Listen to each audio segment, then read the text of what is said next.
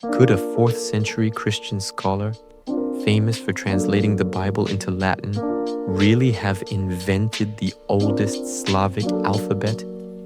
That's the fascinating legend we're exploring today. The idea that Saint Jerome, one of the most important figures in early Christianity, created this strange and beautiful glagolitic script. But what do you think right off the bat? Is this a historical fact or a clever medieval invention? Drop your guess in the comments below. This story isn't just about an alphabet, it's about power, identity, and how history is sometimes shaped not by what happened, but by what people needed to believe happened. So, first things first, who was this Saint Jerome? Born around the year 347, Jerome was a priest, a theologian, and a monumental scholar. He's revered as a doctor of the church, and his greatest achievement was translating the entire Bible from its original Hebrew and Greek into Latin. This version, known as the Vulgate, became the official Bible of the Western Church for over 1,000 years. But here's the crucial part. There is absolutely zero historical evidence from his lifetime that connects him to the Slavic peoples, let alone the creation of a Slavic script. He lived and worked centuries before the Slavic languages were even written down. However, his immense authority and saintly reputation made him the perfect figure to attach a powerful origin story to, as we'll soon see. Now let's meet the star of our show, the glagolitic alphabet. This is the oldest known Slavic script, dating back to the 9th century. Historically, we know it was created by two Byzantine missionaries, the brothers Saints Cyril and Methodius.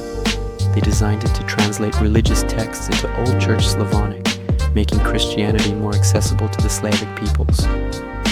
What's so striking about glagolitic is its design. Unlike the alphabets we're used to, it's made of these unique, almost mystical-looking rounded and geometric shapes. Take a look at some of these letters. Have you ever seen anything like them? What do you think these shapes could represent?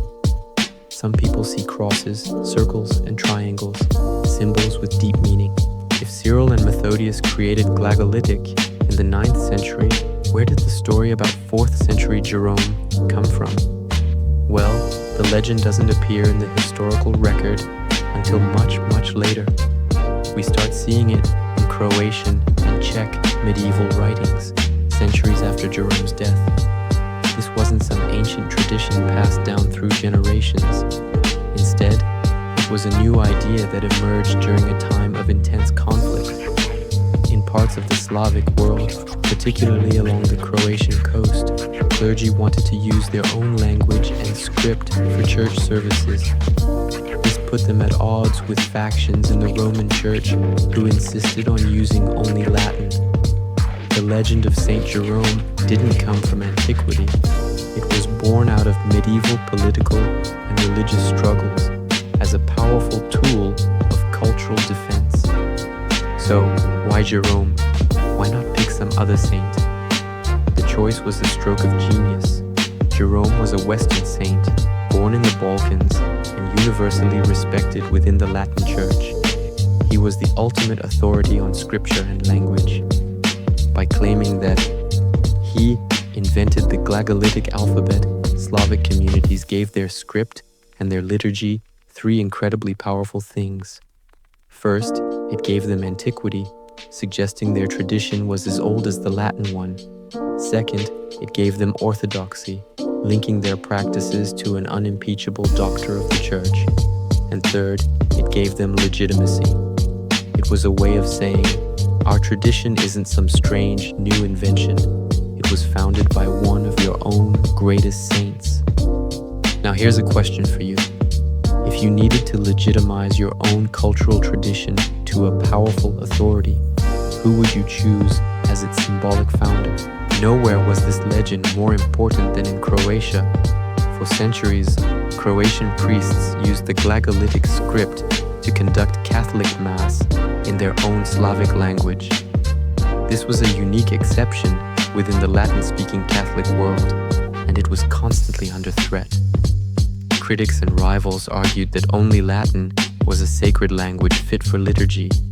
By promoting the legend of Saint Jerome, the Croatian clergy had the perfect defense. They could argue that their glagolitic tradition wasn't a deviation from Roman practice, but was, in fact, a gift from a great Roman saint.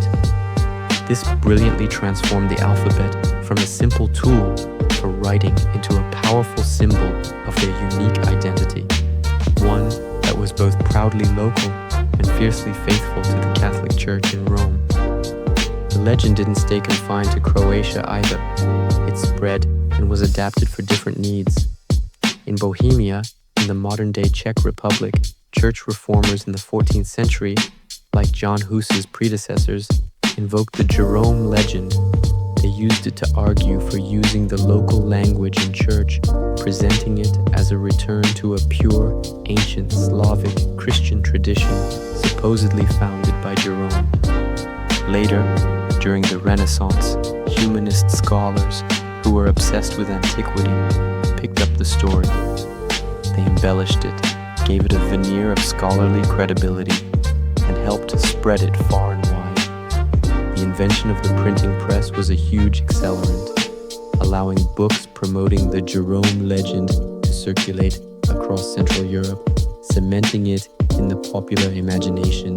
So, we have a classic case of myth versus modern scholarship. Linguistics, paleography, and historical analysis all prove that the glagolitic alphabet was created in the 9th century by Saints Cyril and Methodius. It has no connection to the 4th century Saint Jerome, and yet the legend persisted for over 500 years. Why? Because it served a vital purpose. It wasn't about historical accuracy, it was about cultural survival, political legitimacy, and religious identity. The story gave people a sense of pride and a powerful argument in difficult times. It fulfilled deep social and cultural needs that the bare facts couldn't. This brings up a poll for you all. What do you think influences a culture's memory more, the actual facts or the stories people want and need to believe? The legacy of this incredible legend is still felt today. The belief that Jerome invented glagolitic profoundly shaped Croatian national identity, turning the script into a cherished national symbol. It elevated the prestige of glagolitic, saving it from being dismissed as a provincial oddity and instead framing it as a sacred inheritance.